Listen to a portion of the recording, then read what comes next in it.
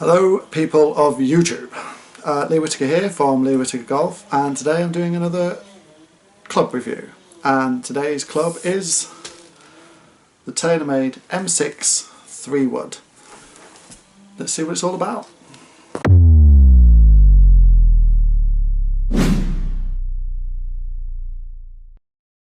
So, the Tailor-made M6 3-wood. Why have I got this? Well, my M2 broke, actually. I got a little crack on the bottom. That's been sent back off to Tailor-made. Fingers crossed they'll do something about it. I won't hold my breath. But because the M2 broke, I had to then change it. So I went to the local golf place, tried out a couple of 3-woods, and I ended up with this bad boy. And I have to say, it's a fantastic club. Is it because I'm used to Tailor-made M2? It's probably something to do with it, so I kind of went there with the impression that I wanted the M6. I did try a couple of others out, but just found this one was the best for me. So what's different from this from the M2? Let's see what Tailor-made have to say. Is it true, or is it just waffle, marketing waffle? So what are Tailor-made saying about this club then? Well, they're saying for the first time ever it's got the twist face technology in the head. First time they put it into the fairway clubs. So it's a revolutionary feature that is supposed to correct face angle on off-centre hits, and it's engineered to reduce spin and deliver straighter shots. Whether that works or not, we'll test. It's definitely new for the 3-wood or the wood market. It's been come down from their driver technology. It's been in the recent incumbents of drivers. It's got a multi-material construction, so it's got a new head design with a slightly deeper face, and it does have a larger carbon crown on the top, which is designed to provide optimal distance and excellent playability. And its directional mass is concentrated low in the head, and this is supposed to optimize the center of gravity while maintaining a high MOI. It's also on the bottom got an improved slot flexibility, or a larger COR area. Which this is in essence the speed pocket that's at the bottom, and this is supposed to be there to give you better performance on off-center strikes or low on the face strikes, and it's supposed to, the bottom of the club is supposed to be there to give you improved turf interaction. It's all good, there's just big marketing claims, but does it actually work on the course? This is what we're here to test today. It also comes with the boxing glove style head cover, which, if I'm honest, when I was using it I found a little bit of a pain to get off. To get on. Get off is fine, to get on it's just a little bit of a nightmare. Not for me, not a fan of boxing head covers, but that's what it comes with. Stock shaft wise, it comes with the Atmos shaft, but there are a lot of upgrades available for this club, so I do recommend, if you're going to do it, go and get fitted so you make sure you get the right shaft for you, but its stock shaft is the Atmos shaft. So that's what Tailor-made have to say about it. To me, it's just all mumbo jumbo, isn't it? It's a little bit of lots of big words, lots of moment of inertia, centre of gravity. Does it actually make a difference to us? That's the thing. Or is it just massive marketing claims that these companies come out with? The twist face itself, you can slightly see it when you look down, which is something you can't see on the driver, so you can see that the face is slightly twisted. The crown is carbon. When you look down at it, it's actually a fantastic looking club. It looks really inviting, the sort of slight pear-shaped, teardrop shaped head at the bottom. It's not too big that it puts you off, and it's not too small that it looks like a fairway would. It actually looks really, really nice, and addressed to the ball with the little Tailor-made logo on the top.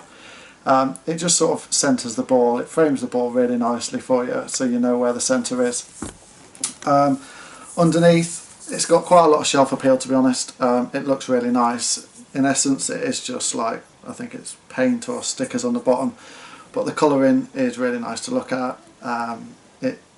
You know, it is what it is. It's just, it looks good. It's got the little speed pocket sign in there, which covers up the little speed pocket, I'm assuming. You can't actually see inside it. And the Tailor-made logo at the top. The shaft I've got in mine is the Hazardous Project X. It's the 6.5 63 gram low spin, and low launch. The reason I have this shaft in is because I hit the ball very, very high, so I need something just to bring that ball flight down a little bit for me. Yeah, so let's go and have a look. I did use this club on the course. I don't know why I'm waving that in front of the screen.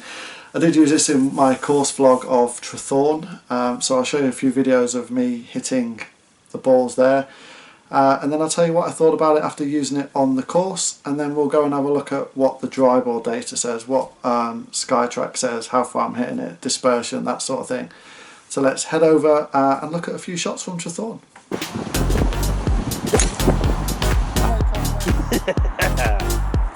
Yeah, ooh. We're both having mulligan. Yes, mate. Oh, he's creamed it. Creamed it.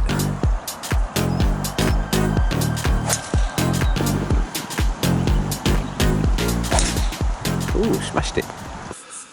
So, as you heard from that little montage there from Trethorn Golf Club, creamed it, smashed it. So I have to say I absolutely love this club. It's just a fantastic club. It's so forgiving for me. Does twist face actually work? I've got no scientific way of proving it works. All I can say is from my personal experience, I hit quite a few out the toe and I hit quite a few out the heel whilst I was on Trethorn off the tee. And they were going straight. And they were going straight quite a bit of distance as well. So I have to put that down to twist face, because when I did that on my M2 I'd lose distance and it wouldn't go as straight as it was. I caught one clean out the middle and that went about 285, so I hit this club a long way, and it is my driver replacement. I can't hit a driver for toffee, so I have to use this 3-wood, so it has to do reasonable distance for me to be able to use it. Off the fairway I used it once, it wasn't a great hit, I thinned it a little bit. I don't put that down to the club, I put that down to me being used to using a 3-wood off of a tee with that little bit of raised height. So when I did come to hitting it off the deck, I just thinned it a little bit. Did the speed pocket help? Well, it didn't go in the air very high and it sort of faded quite a lot, but it didn't drastically go offline. What twist face won't do is if you annihilate it with the face open, it's just going to slice like mad. It's going to absolutely fly off to the right. Twist face will not cure that, but what I will say is if you can't hit the centre of the club every time, like me, you're not a professional, you hit it off the toe, off the heel, this club will still go straight. You may lose a bit of distance quite clearly because you're not hitting it correctly in the centre of gravity, but it will go straight, and that's all you can ask for really. So the only thing we can do now is let's go down to the driving range, let's take SkyTrack, let's take the iPad, let's see what distances we get, what dispersion we get, spin rates, and have a look at this club with data, so to speak. Bear in mind it will be a range ball, so the distance will be down a little bit, so I probably expect it to be around about 230ish, 240 on the driving range. But let's go down there now, let's have a look, let's hit some balls and let's see what the numbers say. So welcome down to American Golf driving range here in Plymouth. I've got the M6 3-wood with me. I'm going to hit 10 shots. I'm just going to put the camera straight. I'll hit 10 shots, we'll see what the averages are, what the numbers are.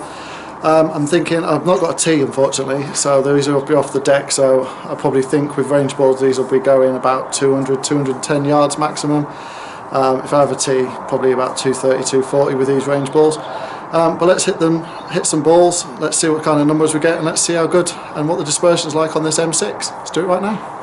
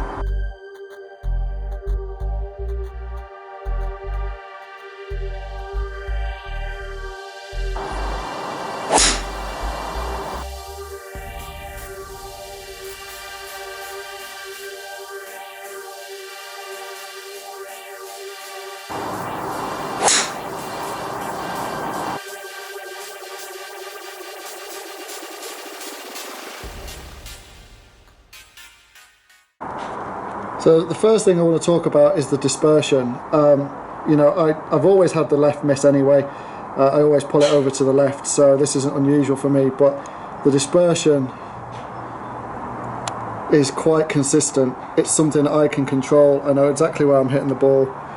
You know, you look down there, it's all there or thereabouts on the fairway, so it's definitely a club that I can control. So let's have a look at the numbers.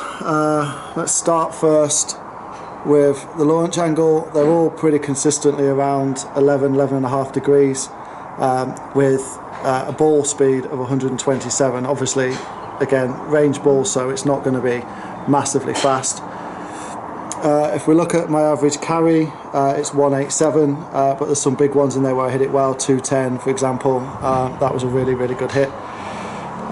My average total flight is 205. Again, range balls, probably what I expected, somewhere between 200 210.